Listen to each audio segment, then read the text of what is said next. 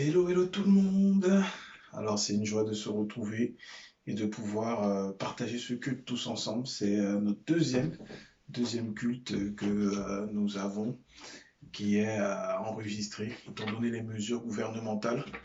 Donc nous nous adaptons et nous prions vraiment que ce soit un moment qui se passe dans la présence de Dieu selon sa volonté. Et donc, nous allons prendre le temps de prier tous ensemble pour remettre ce temps entre les mains du Seigneur et qu'il puisse nous conduire et que ce soit réellement comme une famille que nous nous retrouvions et non pas comme étant assis regardant un show, un numéro, un spectacle. C'est pas le cas. Nous sommes là pour la parole de Dieu et donc vraiment que Dieu vous bénisse tous abondamment. Alors, est-ce que nous pouvons disposer nos cœurs à prier, disposés à rentrer dans la présence de Dieu. Et là, cette fois, ce ne sera pas un enregistrement, enfin, pas juste un audio, mais nous allons pouvoir tous ensemble prier et adorer notre Seigneur.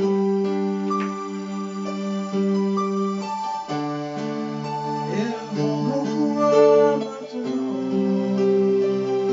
pour l'adorer, Seigneur Dieu.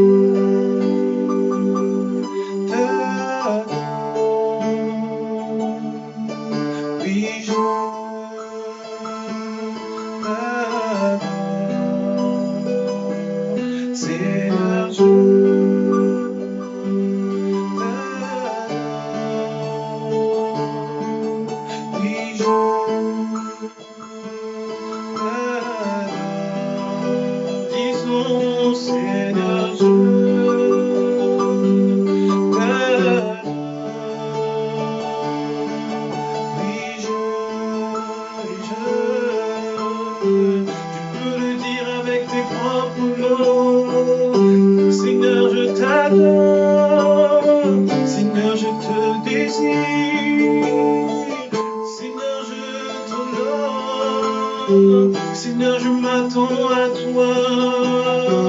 Seigneur, je t'adore. Oui, je t'adore. Seigneur, nous voulons remettre ce moment entre tes mains et nous voulons te dire, sois le seul aux commandes et au contrôle. Nous voulons honorer, adorer le seul qui en est digne, Jésus-Christ, le Seigneur et le Sauveur de l'humanité. Nous remettons ce culte entre tes mains et nous recommandons à ta grâce chacun d'entre nous, chacun des membres qui suivent ce culte, Père, que tu puisses nous conduire et nous instruire selon ta parole, selon ta volonté. Nous ne sommes pas là parce que nous en avons envie, mais nous sommes là parce que nous t'aimons et que tu as fait de nous une famille. Et que le lien qui nous unit est ce lien du sang de Jésus-Christ versé à la croix pour nous. Voilà pourquoi nous t'adorons, voilà pourquoi nous te désirons, voilà pourquoi nous t'invitons. Nous remettons nos cœurs, nos âmes entre tes mains, notre entendement afin que nous puissions comprendre et discerner ce qui est de ta volonté, ce qui n'en est pas de ta volonté. Ô Père, élevons étends ta main sur ce moment, étends ta main, et que tu sois le seul révélé. Seigneur, je t'adore. Oui, je t'adore. Seigneur, je t'adore. Oui, je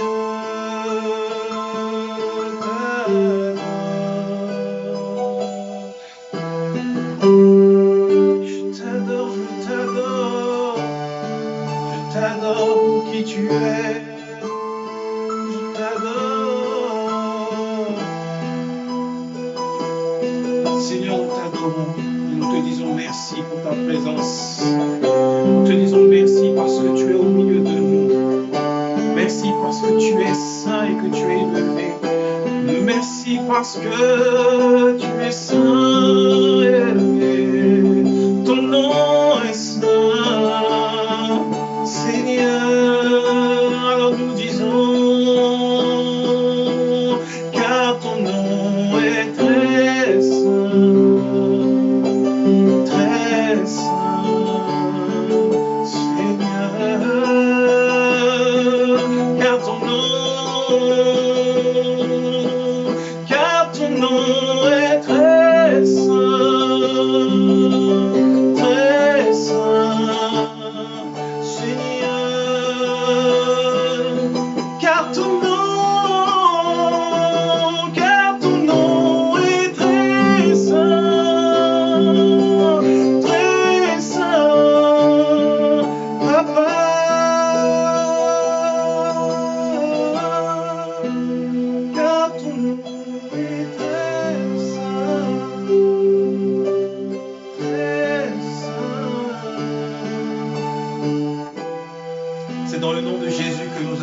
ainsi prié.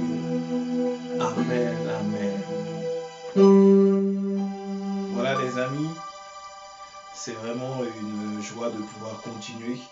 Et avant de passer à la Sainte Seine, juste quelques annonces, oui. Nous sommes jeunes, nous démarrons, mais nous avons quelques annonces. Alors nous allons continuer la dynamique d'enseignement sur pourquoi naître de nouveau, c'est important.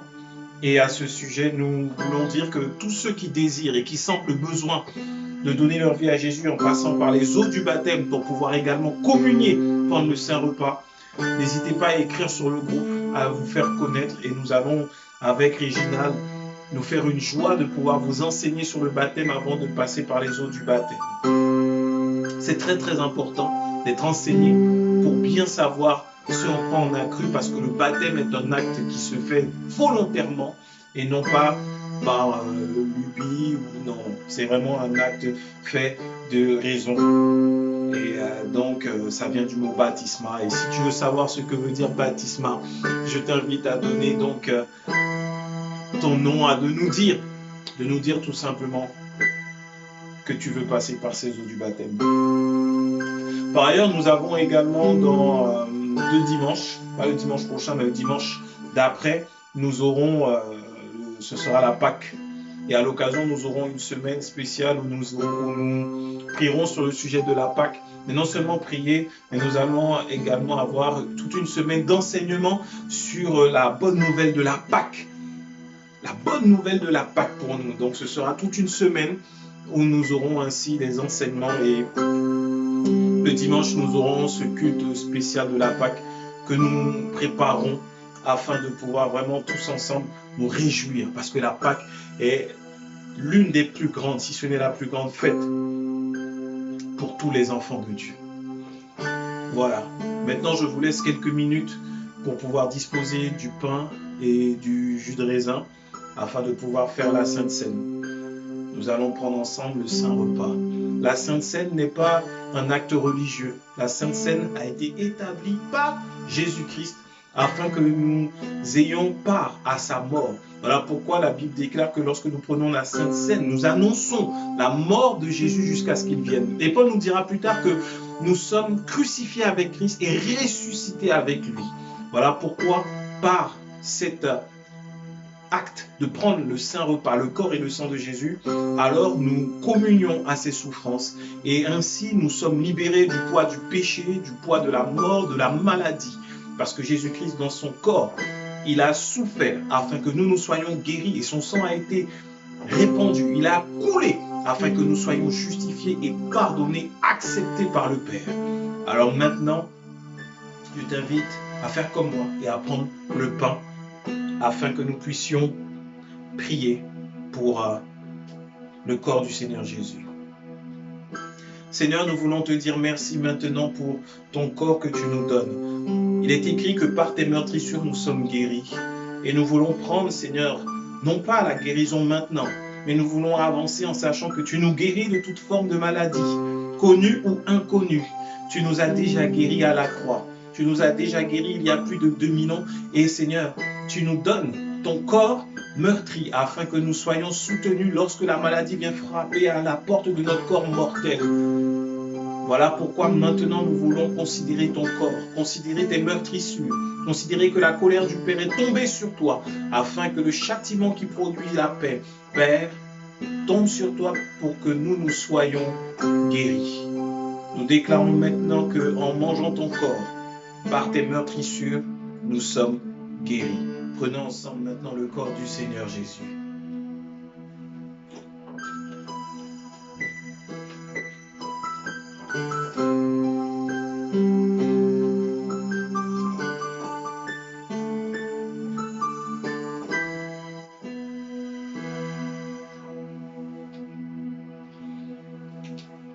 Maintenant que nous prenons cette coupe remplie du fruit de la vigne, nous avons foi que Seigneur, c'est ton sang.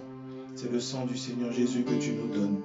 Et que par son sang, nous sommes rachetés, nous sommes lavés, nous sommes purifiés de toutes nos failles, toutes nos fautes, tous nos péchés. Nous voulons boire ton sang et déclarer que nous sommes les justifiés de Dieu en Jésus-Christ. Selon qu'il est écrit que celui qui n'a point connu le péché. Dieu l'a fait devenir péché pour nous, afin qu'en lui nous soyons trouvés la justice de Dieu. Alors maintenant, nous voulons en tant que justifiés prendre le sang du rachat, le sang du pardon, parce que sans effusion de sang, il n'y a pas de pardon des péchés. Alors maintenant, buvons ensemble le sang du Seigneur Jésus.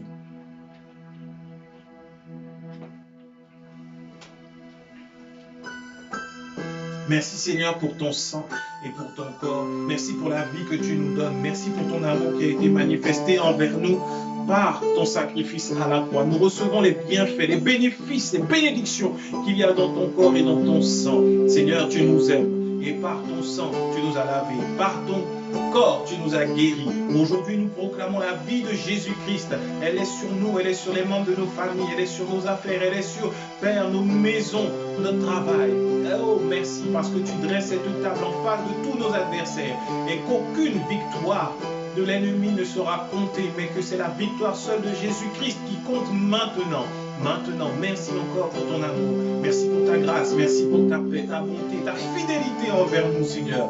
Et nous déclarons que, Seigneur, c'est dans tes pas que nous marchons, dans tes pas victorieux, de victoire en victoire, nous avançons sur cette terre, dans le nom puissant et merveilleux de Jésus-Christ. À toi soit l'honneur, la louange et la gloire, ton beau maître, dans le nom de Jésus. Amen, amen, amen. Bien, nous allons maintenant passer au moment de la parole. Nous allons donc continuer l'enseignement sur la vérité. Sur la vérité. Et donc, pour cela, nous allons prendre nos Bibles et les ouvrir. D'accord? Mais avant tout, je viens me positionner juste devant. Ce sera un peu plus simple pour être plus à l'aise et aussi vous voir de plus près.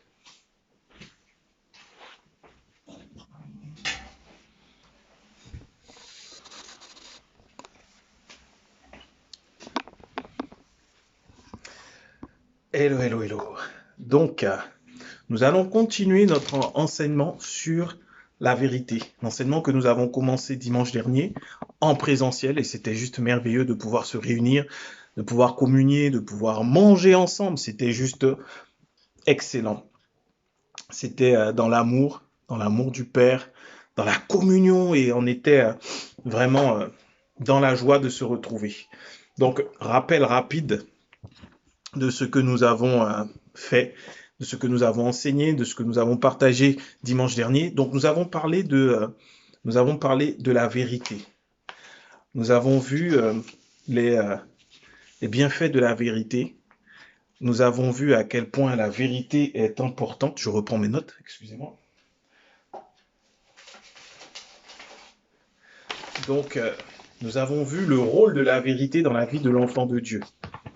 Et nous avions pris comme texte de départ le livre de 3 Jean. 3 Jean, chapitre 1er. Il n'y a qu'un seul chapitre dans Jean, je le rappelle. 3 Jean, chapitre 1er. Et nous avons lu du verset 1 jusqu'à 4. Ce passage, c'est le passage de la parole où il est écrit l'ancien à Gaius. C'est l'apôtre Jean qui parle, étant sur l'île de Patmos, mais bon, on va pas revenir sur tout ça. Donc il dit, l'ancien à Gaius, le bien-aimé que j'aime dans la vérité.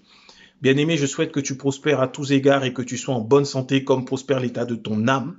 J'ai été fort réjoui lorsque des frères sont arrivés et ont rendu témoignage de la vérité qui est en toi, de la manière dont tu marches dans la vérité. Je n'ai pas de plus grande joie que d'apprendre que mes enfants marchent dans la vérité.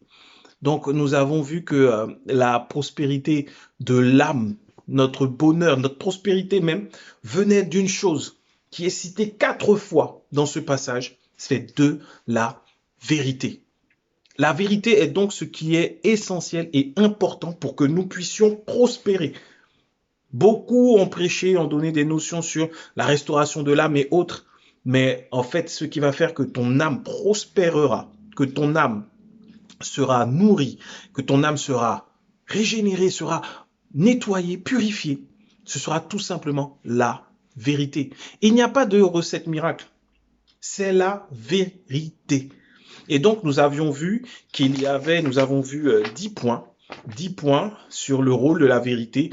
ou les effets ou les bénéfices, mais surtout on avait dit le rôle de la vérité dans la vie de l'enfant de Dieu.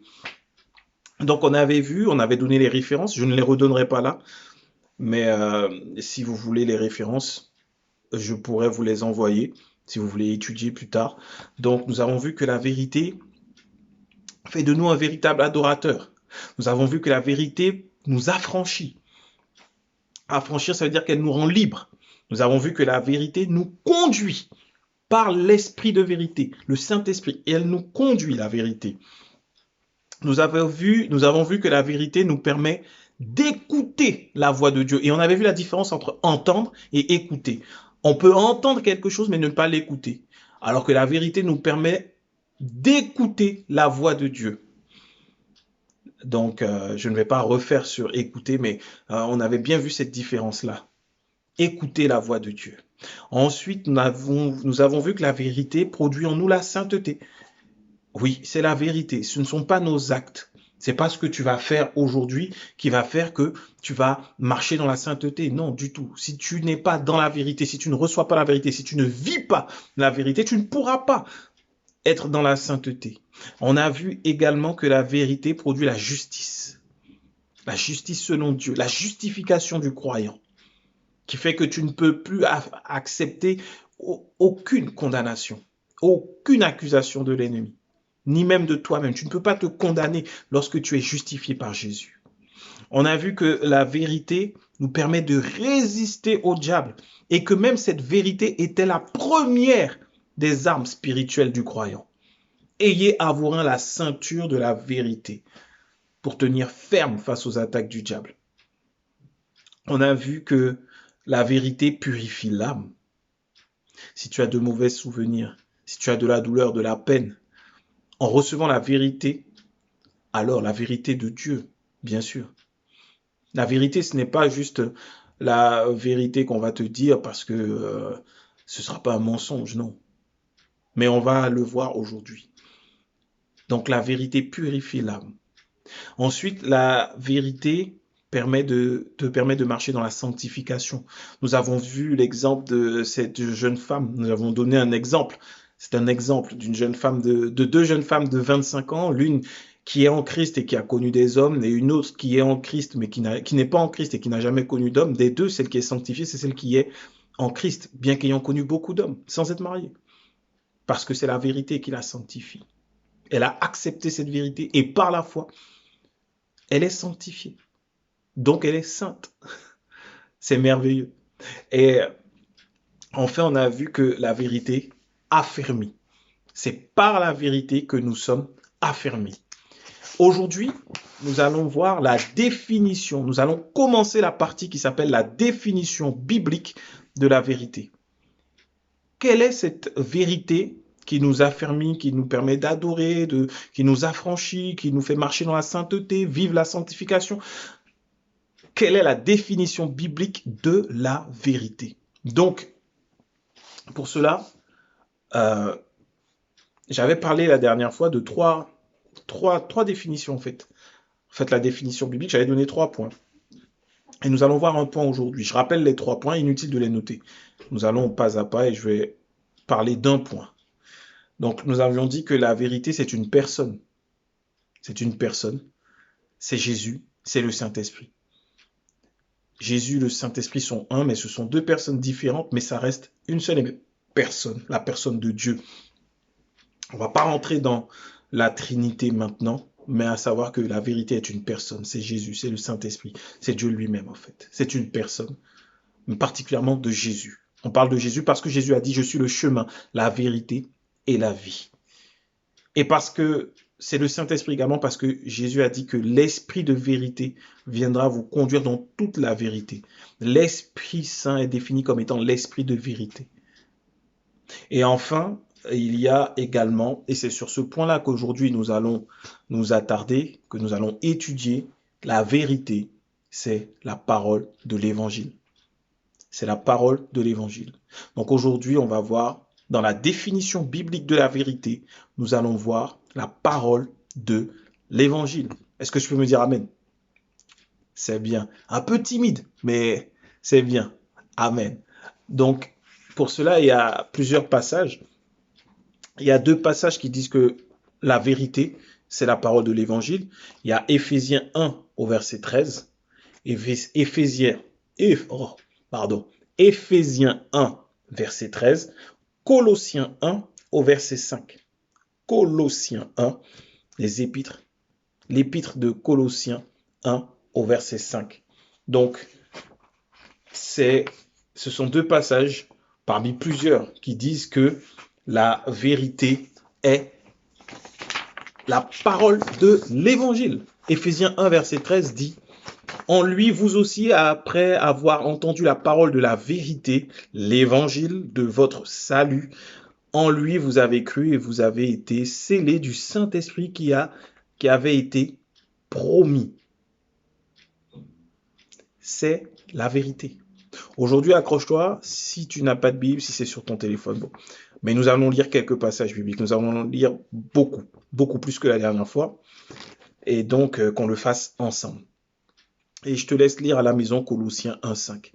Donc, Éphésiens 1,13 dit « En lui, vous aussi, après avoir entendu la parole de la vérité, l'évangile de votre salut, en lui, vous avez cru, vous avez été scellés du Saint-Esprit qui avait été promis. » L'évangile est la parole de la vérité, est la vérité. On ne parle pas d'autre chose lorsqu'on parle de vérité. On ne parle pas du fait de « Oh, tu m'as menti hier, mais donne-moi la vérité aujourd'hui. » Non. Il faut comprendre qu'avec Dieu, la notion de vérité n'est pas la notion humaine, car la sagesse des hommes n'est pas celle de Dieu.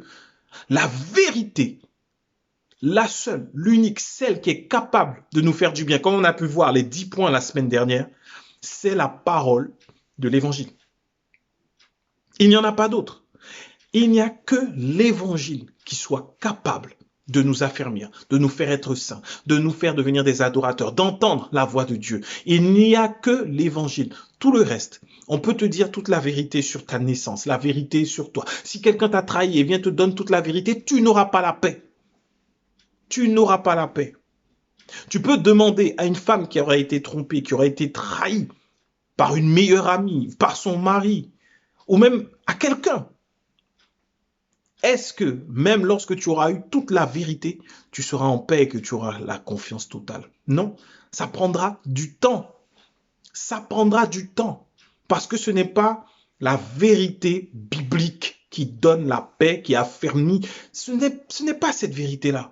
Donc connaître toute la vérité de ce monde ne te donnera jamais et ne produira jamais dans ta vie ce que la vérité de l'évangile peut produire.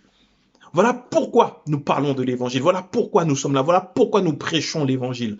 Voilà pourquoi Dieu suscite des serviteurs pour annoncer la vérité, pour que les hommes entendent cette vérité et qu'ils reçoivent cette vérité de l'évangile. L'évangile qui signifie bonne nouvelle. La bonne nouvelle de l'évangile. Lorsqu'on dit bonne nouvelle de l'évangile, c'est presque un pléonasme. On dit la même chose. La bonne nouvelle de la bonne nouvelle. C'est la bonne nouvelle. L'évangile signifie la bonne nouvelle. C'est une bonne nouvelle. Et donc, la vérité, c'est la parole de l'évangile. Mais c'est également, selon Éphésiens 6,15, c'est le zèle, c'est du zèle. Parce qu'il est écrit, ayez à vos pieds les chaussures que donne le zèle de l'évangile. Donc cette vérité, c'est du zèle également. C'est un aspect de ce que la parole de vérité est. C'est l'évangile. Dans la Bible, toute la Bible n'est pas l'évangile. Il faut bien discerner ça. Toute la Bible n'est pas l'évangile. Est-ce qu'elle est mensonge? Non. Est-ce qu'elle n'est pas valable? Non. Mais dans toute la Bible, tu dois chercher l'évangile, la bonne nouvelle. Ce que nous allons voir ce que c'est.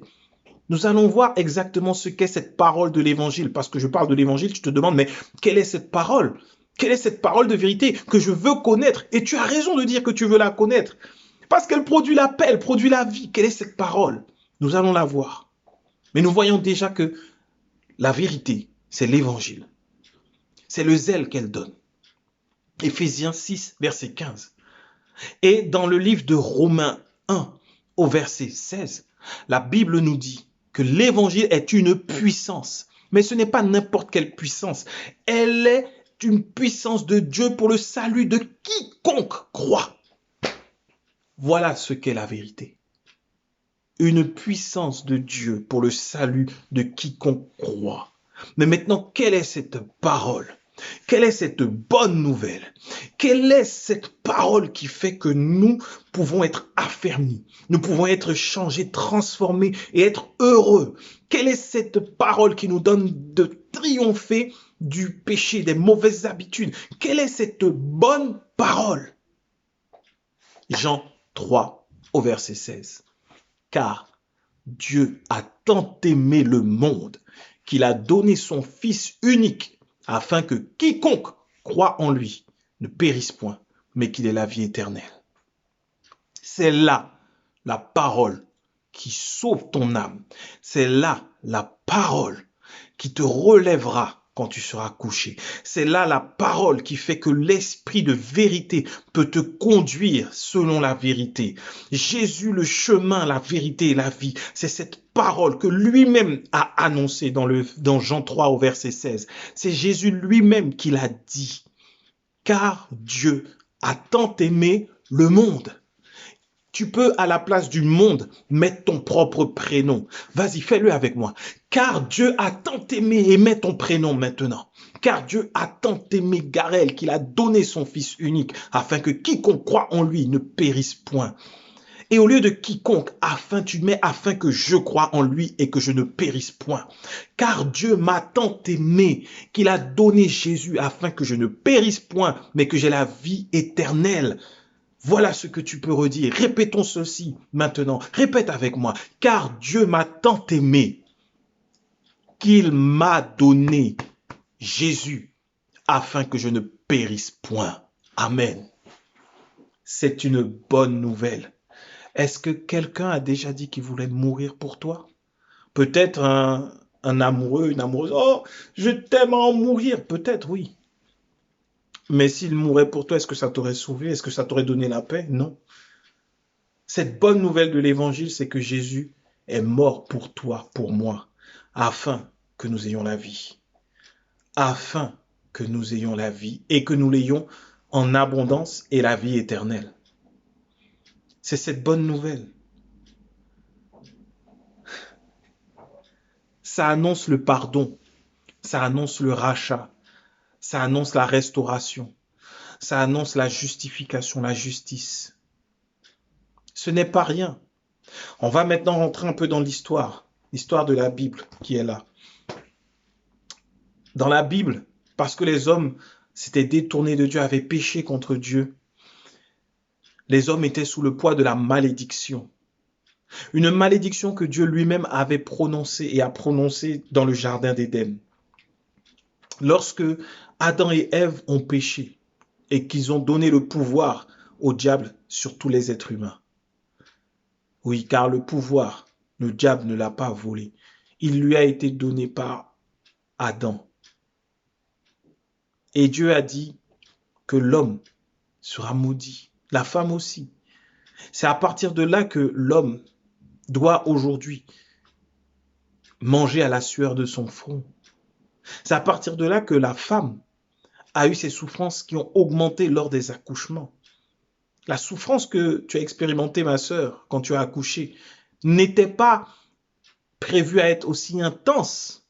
Le Père n'est pas méchant, Dieu n'est pas méchant à ce point-là de faire que quelque chose d'aussi beau que de donner la vie fasse aussi mal. Ce n'est pas sa volonté, ce n'était pas sa volonté, mais c'est le résultat d'une malédiction. Alors si tu es une femme, que tu as accouché et que tu as souffert dans ce monde, sache que c'est le résultat d'une malédiction. Oui. Parce que plusieurs peuvent dire, non, mais moi ça va, je ne suis pas maudit. Non, oui, mais toute l'humanité le fait. Toute l'humanité en souffre. C'est une malédiction. Et que toi, homme, tu dois souffrir, trimer, être humain, homme ou femme. C'est la sueur de notre front, avec des horaires pas possibles, avec des patrons. Franchement, on va pas mal parler des hommes. Mais des fois, c'est dur. C'est le fruit d'une malédiction. Voilà pourquoi la vie est dure sur cette terre. Il y a un film qui disait la vie est un long fleuve tranquille. Non, c'est faux. J'ai pas vu ce film. Je peux pas dire ce qu'il contient. Mais la vie, c'est pas un long fleuve tranquille. Elle est dure. Elle est difficile. Il y a des coups bas. Et c'est pour ça que le diable Lui, il en joue pour nous faire souffrir également, parce que là, il a eu le droit de nous blesser au talon. Mais il est écrit que la postérité de la femme lui écrasera la tête. Et bonne nouvelle, cette promesse, c'est Jésus-Christ. La postérité de la femme capable d'écraser la tête du diable, c'est Jésus-Christ, qui vient pour ainsi annuler toutes les malédictions qui étaient encore valables pour toi et pour moi. Voilà pourquoi quiconque croit en lui ne périt point, mais il a la vie éternelle. La vie éternelle, le salut, la rédemption. Et c'est ce message, le message de l'évangile. Ne laisse personne d'autre te dire autre chose que l'évangile, c'est de venir, de croire en Dieu et que Jésus est venu te donner la capacité d'obéir à la loi. C'est faux. L'évangile, ce n'est pas de venir et d'obéir aux règles, aux principes, à la loi que Dieu a établie. Ce n'est pas ça. Jésus-Christ est venu afin que nous soyons libérés du poids des obligations vis-à-vis de Dieu. Il les a toutes accomplies en lui afin que nous, par la foi, nous soyons sauvés. C'est ça la vérité sur laquelle nos vies doivent être fondées. Que Jésus-Christ est mort pour moi, pour me sauver. C'est cette vérité qui doit être ancrée au plus profond de toi. Et dans te sauver là, il y a ta santé, il y a ta richesse, il y a ta prospérité, tes bénédictions, il y a tout dans sauver. Ce n'est pas juste sauver et devenir enfant de Dieu, non, il y a toute ta joie, ton bonheur, tout dans ce mot sauver, il y a tout ce dont tu as besoin pour être heureux sur la terre en attendant d'être enlevé quand Christ reviendra, car il reviendra. Tout ce qui vient pour ébranler cette vérité dans ta vie est un mensonge, même si ça paraît spirituel. Ta bénédiction ne peut pas venir d'un homme. Ta bénédiction ne peut pas venir du fait de servir dans une église ou de donner de l'argent ou encore de te lever, de prier, de jeûner. Non, ça ne vient pas de là. Ta bénédiction vient du fait que tu crois au plus profond de toi que Jésus-Christ est mort et ressuscité pour que tu sois sauvé. Sa mort est la preuve que Dieu n'est plus en colère contre toi. Et sa résurrection est la preuve que tu as été béni, sauvé, racheté, enlevé de la fosse, de la mort. C'est ce message qu'annonçaient les apôtres. C'est ce message qu'annonçait Jésus-Christ lui-même. À plusieurs reprises, Jésus dira, le Fils de l'homme a le pouvoir d'accorder le pardon sur la terre. Jésus, c'est cette bonne nouvelle de Dieu qu'il a répandue partout. Dieu, le Père, n'est plus en colère contre l'humanité parce qu'il a prévu un plan de sortie de crise pour l'humanité. Et ce plan a un nom. Ce plan est Jésus-Christ. Point barre. Il n'y en a aucun autre. Il n'y a de salut en aucun autre qu'en Jésus-Christ. Ça, tu peux dire, c'est moi qui le dis. Mais maintenant, on va aller dans la parole, voir ce que les apôtres prêchaient. Parce que souvent, on te donne des révélations, on te dit des choses, on dit ça, tu sais telle chose, comment fonctionnent les démons, comment fonctionnent les hôtels, comment fonctionnent les réclamations sataniques, comment faire pour avoir de l'argent, comment faire pour devenir riche, les clés du bonheur, les clés de ceci, de cela. Mais est-ce que c'est ce que prêchaient les apôtres? Regardons la parole. Regardons la parole. Acte 10 au verset 43. Allons au livre Actes des apôtres, verset 10, verset 43. Acte 10, verset 43.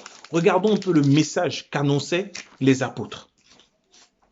Dans Acte 10, on se retrouve dans la maison d'un païen, Corneille, qui va recevoir de Dieu une vision et qui va faire appeler Pierre. Je vous invite vraiment à lire ce livre. Pour ma part, c'est l'un des passages préférés dans la Bible parce que je le trouve juste extraordinaire. Mais il va appeler Pierre et Pierre va venir prêcher. Et Pierre, pendant qu'il prêche, le Saint-Esprit va descendre sur Corneille et sur toute sa famille. C'est juste extraordinaire. Alors qu'il prêche comme ça, d'un coup, ils vont commencer à parler en langue, en d'autres langues. Ceux que vous avez pu entendre des fois sur les prières, ils vont recevoir le Saint-Esprit. Et on prend souvent ce passage-là, mais on ne se demande pas, mais qu'est-ce que Pierre disait? Qu'est-ce qui a fait qu'à ce moment-là, le Saint-Esprit est descendu et a baptisé de feu Corneille et toute sa famille, au point ils ont commencé à parler en langue d'une manière évidente, puisqu'ils l'ont vu, ils l'ont entendu, et ensuite les ont baptisés. Quel est le message qui fait descendre le Saint-Esprit? Quel est le message qui active la puissance de l'évangile? On a vu que l'évangile, dans Romains 1,16, que la puissance, c'est une puissance pour le salut de quiconque croit. Quelle est cette puissance? Quel est ce message qui déclenche la puissance de Dieu pour le salut de quiconque croit? Regardons, Acte 10 au verset 43. Acte 10, 43. C'est Pierre qui parle. Il va parler, il va parler, il va parler. Et au verset 43, il dit, tous les prophètes rendent témoignage de lui, Jésus. Le témoignage que quiconque croit en lui reçoit par son nom le pardon des péchés. Tous les prophètes témoignent, rendent de lui le témoignage. De lui, le lui là c'est Jésus. Parce qu'avant il parle de Jésus au verset 42 et Jésus nous a ordonné de prêcher au peuple et d'attester que c'est lui qui a été établi par Dieu, juge des vivants et des morts. Et là il dit tous les prophètes rendent de lui le témoignage que quiconque croit en lui reçoit par son nom le pardon des péchés. Et la Bible nous dit au verset 44, comme Pierre prononçait encore ces mots, waouh! Il prononçait encore quels mots? Il disait qu'en lui, en Jésus-Christ, nous recevons le pardon des péchés. Et alors qu'il disait ça, alors que toi maintenant tu le dis également, en Jésus-Christ, je reçois le pardon de mes péchés. En Jésus-Christ, je reçois le pardon de mes péchés. Alors que tu le dis, le Saint-Esprit descendit sur tous ceux qui écoutaient la parole. Voilà ce qui se passe lorsque l'on parle de l'évangile. Alors qu'il était en train de dire qu'en lui, en Jésus-Christ, nous recevons le pardon de nos péchés, ce qui faisait que nous étions séparés de Dieu, ce qui faisait que nous étions éloignés de Dieu, ce qui faisait que Dieu ne pouvait pas venir nous prendre dans ses bras et nous donner son amour, ce qui faisait que nous étions condamnés, accusés par le diable constamment pour les péchés de nos pères, ce qui nous mettait dans les problèmes, dans la mort, qui nous menait droit à la fosse, aux fosses de la mort. Maintenant, il nous dit qu'en lui, nous avons le pardon de nos péchés et que nous sommes sauvés. À ce moment-là, l'Esprit de Dieu descend. Il descendit et remplit, embrasa Corneille et tous les membres de sa famille parce qu'il recevait cette parole. Et maintenant que tu reçois cette parole, le Saint-Esprit descend, entre en toi, il agit. Ce miracle n'était pas pour hier, il est encore valable aujourd'hui. Mais pour l'avoir, pour l'expérimenter, pour le vivre, il faut que tu entendes la vérité. Et cette vérité, Jésus-Christ est mort pour qu'en lui, tu aies le pardon de tes péchés, pour qu'en lui, tu sois sauvé, pour qu'en lui, tu aies la vie éternelle. Voilà le message de l'évangile. Alors tu me diras, oui, mais frère, cette vérité, c'est bien, mais il n'y a qu'un passage qui le dit. Ok, on continue. Acte 2, verset 38. On va voir quel est ce message qui fait que le Saint-Esprit peut descendre, quel est ce message qui produit du résultat. Beaucoup d'hommes, cherchent des révélations. Oh, comment, je sais pas, comment à la croix, Jésus a regardé à gauche et puis le ciel s'est assombri. Oh, la révélation du secret caché dans le manteau d'Élie. Oh non, la révélation qui donne la vie, c'est que Jésus-Christ est mort et que en lui, tu as le salut, le pardon de tes péchés. Acte 2, verset 38. Acte 2, verset 38. Dans Acte 2, verset 38, Pierre parle. Dans Acte 2, c'est lorsque le Saint-Esprit est descendu, car Jésus est remonté au ciel après sa résurrection, et c'est ce qu'on appelle la Pentecôte, quand le Saint-Esprit est descendu. Jésus est remonté au ciel et il a dit aux disciples, il a dit aux apôtres, d'attendre jusqu'à ce que le Saint-Esprit vienne. Et qu'une fois qu'il sera venu, alors ils pourront aller et faire des nations des disciples. Alors ils se sont réunis dans une chambre haute et le Saint-Esprit est descendu. C'était le jour de la Pentecôte.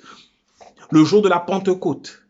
C'était la fête des tabernacles pour les Juifs. Mais c'est devenu pour nous la fête où le Saint-Esprit est descendu sur les 120 disciples réunis dans la chambre haute. Ce jour-là, lorsque le Saint-Esprit est descendu, alors les 120 réunis ont commencé à parler en d'autres langues. Et chacun de ceux qui étaient réunis, des Juifs qui étaient un peu éparpillés dans tout l'Empire romain qui était là à Jérusalem pour la fête de la Pentecôte, ils les ont entendus parler dans leur langue, dans leur propre langue. Ils les ont entendus et ils se sont dit, ces gens-là sont remplis du vin doux.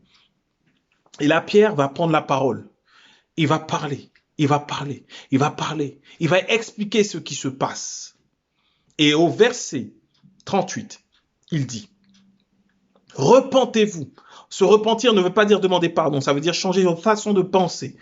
Repentez-vous et que chacun de vous soit baptisé au nom de Jésus-Christ pour le pardon de vos péchés et vous recevrez le don du Saint-Esprit. C'est exactement ce qui s'est passé pour Corneille et sa famille. Alors que Pierre disait, qu'en lui, nous avons le pardon de nos péchés, le Saint-Esprit est descendu. Et là, Pierre, encore, va dire, repentez-vous et recevez le don du Saint-Esprit pour le pardon. Recevez et soyez baptisés au nom de Jésus pour le pardon de vos péchés et vous recevrez le don du Saint-Esprit. Et il va parler, il va parler. Et la Bible nous dit que ce jour-là, lorsqu'il aura ouvert la bouche, il aura donné un message si puissant, parlant de la rédemption en Jésus-Christ, le salut en Jésus-Christ, 3000 âmes, 3000 personnes vont être gagnées. C'est le secret de la réussite également lorsque tu annonces l'évangile. N'annonce pas autre chose. Ne dis pas oui, viens, crois en Jésus parce qu'il va régler tous tes problèmes. C'est un mensonge. Ne dis pas viens en Jésus parce que non. Viens à Jésus parce qu'en lui, tu as la rédemption, le salut, le pardon de tous tes péchés. Et le Saint-Esprit, celui qui se charge de convaincre, de toucher, il va agir à ce moment-là parce qu'il est l'Esprit de Jésus, l'Esprit de vérité qui conduira tous ceux qui reçoivent cette parole dans la vérité. 3000 âmes par ce message, en lui, en Jésus, tu reçois le pardon de tes péchés. Amen. Je le dis amen pour moi-même parce que je veux encore plus de la présence de Dieu en moi, dans ma vie. Cette plénitude. Amen. Et on va également voir, il y a beaucoup de passages. On voit que le ministère de Paul a été un ministère extraordinaire. Il va parler aux Galates. Si tu lis l'épître des Galates, il va leur parler de l'évangile et même pas qu'aux Galates. Il va beaucoup parler aux Galates, aux Corinthiens, leur dire, mais qui vous a fait quitter l'évangile que je vous ai annoncé, l'évangile pour lequel il a donné sa vie, l'évangile pour lequel il s'est battu, pour lequel il a été mis dans les fers, il a souffert. C'est un évangile qu'il défend. C'est un évangile au prix de sa vie, qu'il prêche. Parce que la nécessité lui en est imposée. Non pas par plaisir. Cet évangile qu'il défend, que Paul défend, que beaucoup admirent aujourd'hui. Quel est cet évangile? Quelle est cette bonne nouvelle? Regardons maintenant. Et c'est là que la lecture sera un peu plus longue. C'est dans Acte 13. Acte 13. Il y a encore d'autres passages qui montrent que le message de l'évangile, c'est la repentance, c'est de croire que Jésus est venu enlever nos péchés. Je vous donne ces références, vous allez pouvoir les lire vous-même à la maison. Acte 3 au verset 19. Acte 3, verset 19. Acte 4, verset 12. Acte 4, verset 12. C'est là qu'on voit qu'ils ont annoncé le même message de l'évangile. Il y a eu 5000 âmes en plus qui sont venues. Le message est puissant. 3000, 5000, 8000 âmes au final. C'est Pierre et Jean, les apôtres dans leur début à Jérusalem. C'est ainsi. C'est ce message-là qu'ils ont annoncé. Et maintenant, regardons ce que Paul lui-même annonçait. L'évangile que Paul pouvait prêcher. Quel était cet évangile? Acte 13. Donc, je vais lire plusieurs passages que je vais couper en plusieurs, mais j'invite vraiment à lire tout le passage d'Acte 13. Vraiment, tout le passage d'Acte 13. Il est riche, il est riche, il est vraiment très riche. Donc, Acte 13, on va commencer avec du verset 15 à 23. Donc, Acte 13 au verset 15, il dit, après la lecture de la loi et des prophètes, les chefs de la synagogue leur envoyèrent dire, hommes, frères, on parle à Paul et à ses compagnons, Hommes, frères, si vous avez quelques exhortations à adresser au peuple, parlez. Alors Paul se leva et ayant fait signe de la main, il dit, Hommes israélites, et vous qui craignez Dieu, écoutez, le Dieu de ce peuple d'Israël a choisi nos pères, il a mis ce peuple en honneur pendant son séjour au pays d'Égypte et il l'en fit sortir par son bras puissant. Il les nourrit après 40 ans. Donc on va passer directement au verset 23. Donc ça c'est le verset 15 où on invite Paul à parler dans une synagogue alors qu'il se retrouve dans une ville, qui se retrouve dans cette ville à Paphos, plutôt à Antioche de Pisidie. Donc à Antioche de Pisidie, ils se retrouvent et ils entrent dans une synagogue et là, ils auront donc la possibilité de parler. Paul va prendre la parole. Et donner la parole à Paul, c'est pour qu'il annonce une seule chose, l'évangile. Paul ne va pas se lever pour dire, écoutez, moi, je suis un homme appelé par Dieu, j'ai une onction particulière de libération et je vous libérerai. Non. Paul va pas se lever et dire, j'ai des révélations extraordinaires parce que je suis allé au ciel, donc écoutez-moi. Et il ne va pas dire non plus, vous savez quoi, moi, lorsque je pose la main sur les morts, ils reviennent à la vie. Paul ne mettra pas cela en avant. Pourtant, Dieu l'utilisait dans cette dimension-là. Paul ne va parler que d'une seule chose. Il ne va prêcher qu'une seule chose, la bonne nouvelle de l'évangile. Et quel est ce message? Quel est ce message de la bonne nouvelle que Paul annonçait? On le voit. Au verset 23, il explique, du verset 15 jusque vers le verset, vers le verset 30, 33 par là, il explique un peu l'histoire d'Israël au peuple d'Israël afin qu'ils comprennent. Parce qu'il est dans une synagogue avec des Juifs. Et il parle à des Juifs. Et donc, au verset 23, il dit, c'est de la postérité de David que Dieu, selon sa promesse, a suscité à Israël un sauveur. Un sauveur qui est Jésus. Et nous, par la foi, nous sommes également enfants de Dieu, héritiers de la promesse d'Abraham, peuple de Dieu. Donc, nous aussi, nous n'avons qu'un sauveur. Si un homme se lève et dit, je suis un sauveur dans ta vie, refuse-le de toutes tes forces, car il n'y a qu'un seul sauveur qui a été donné, qui est Jésus. Et là, Paul va même le préciser en disant, avant sa venue, Jean avait prêché le baptême de repentance à tout le peuple d'Israël. Et lorsque Jean achevait sa course, il disait, je ne suis pas celui que vous pensez, mais voici après moi vient celui des pieds duquel je ne suis pas digne de délier les souliers.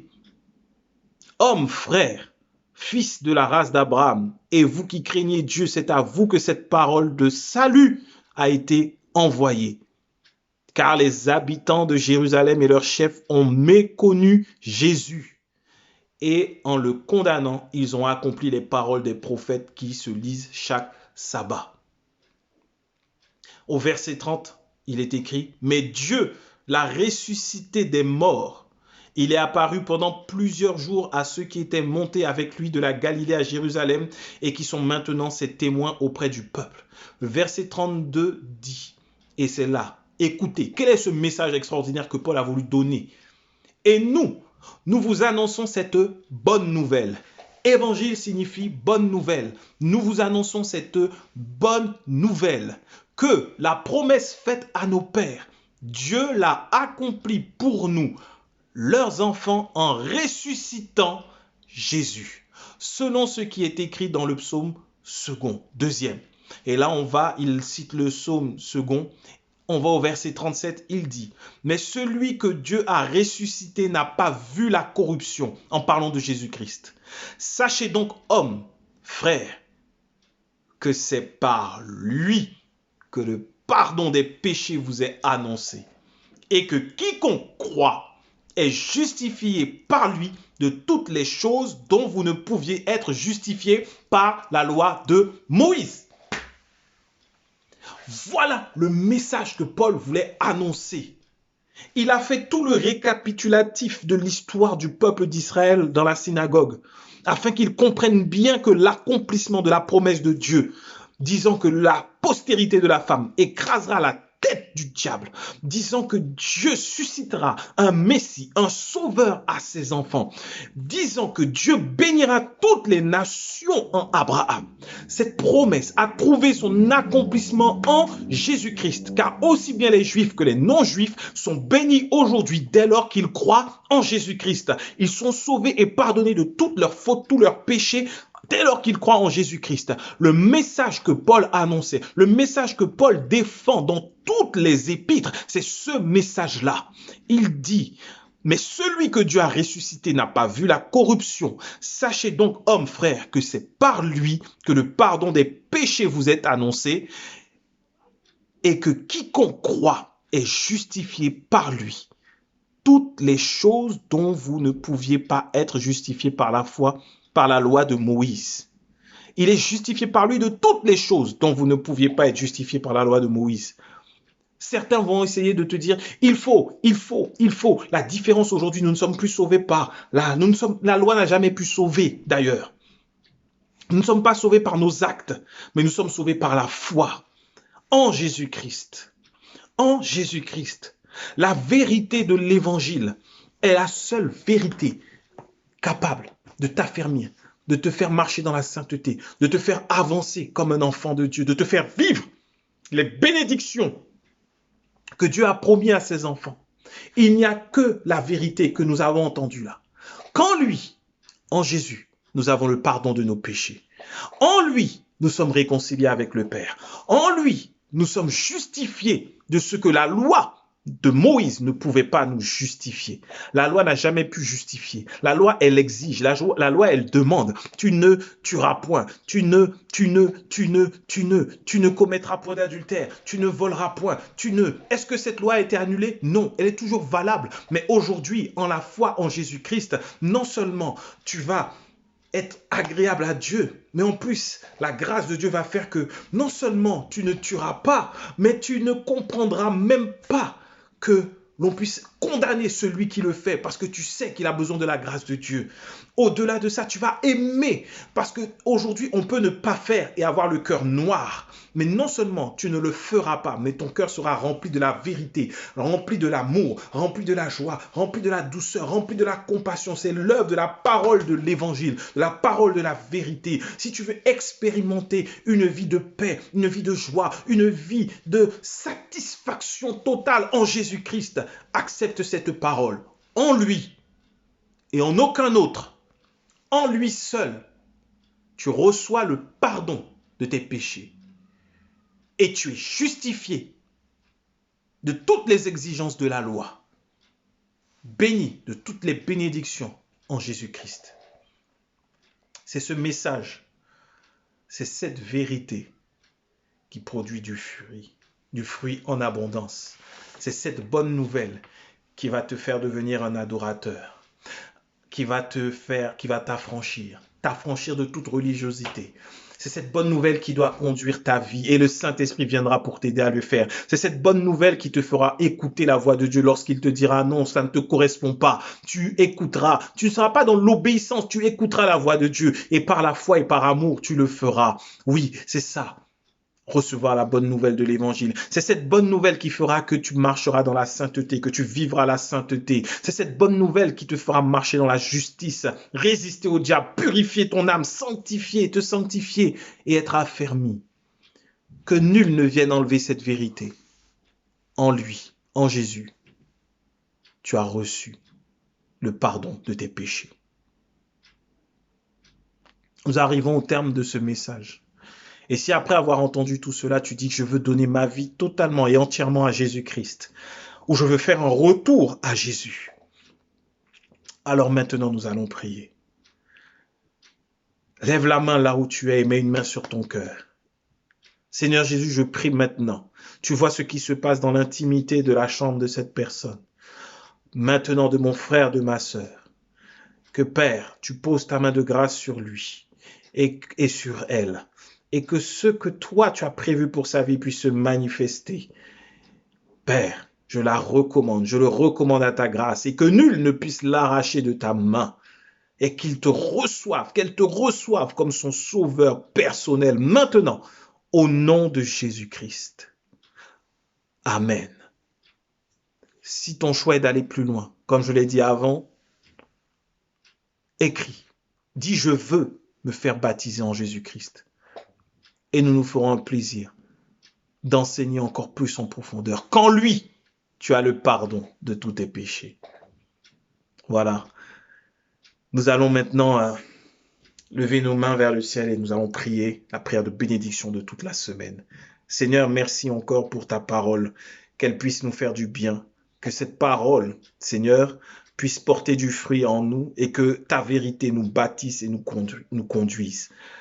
Maintenant, nous déclarons par la foi en Jésus-Christ que cette semaine est une semaine bénie, est une semaine où nous sommes portés par tes anges afin que aucune tentation, aucune tentative de l'ennemi ne nous attaque, ne nous atteigne. Nous proclamons la réussite dans nos entreprises, la santé en abondance, le renouvellement de l'intelligence et de notre jeunesse. Nous proclamons les grâces, les faveurs, les bontés, les bénédictions que tu as prévues pour nous. Nous les recevons en cette semaine et nous déclarons que nous les expérimentons dans nos finances, dans notre travail, dans notre foyer, avec nos enfants, dans notre vie de couple, dans nos études, dans nos cœurs, dans nos âmes. Ta parole, qui est la vérité, porte du fruit. Conduis nos pas et conduis-nous, tendre Maître, dans le nom puissant de Jésus. Amen. Amen. Donc voilà, nous sommes arrivés au terme de notre culte de célébration. Que toute la gloire revienne à notre Seigneur Jésus-Christ. Le 4 avril, c'est la Pâque. Nous aurons une semaine avant ça spéciale Pâques. Et vraiment, continuons ensemble la marche. Dieu vous bénisse et à très bientôt. Je vous aime tous dans le Seigneur. Amen.